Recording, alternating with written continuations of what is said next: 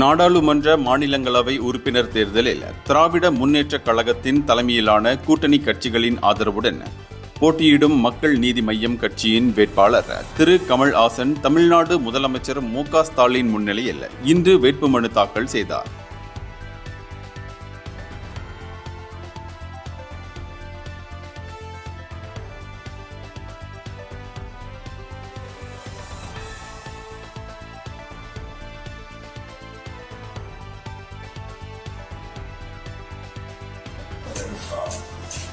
மாநிலங்களவையில் உள்ள வேட்பாளராக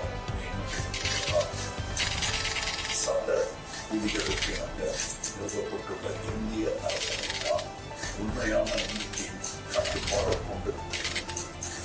இந்திய நாட்டின் முழு முதல் சக்தியின் ஒருமைப்பாட்டையும் நிலைநிறுத்துவது சூழலுக்கு உறுதி கூறுகிறது. இந்தியர்களின் இதய குரல் மக்களோசை.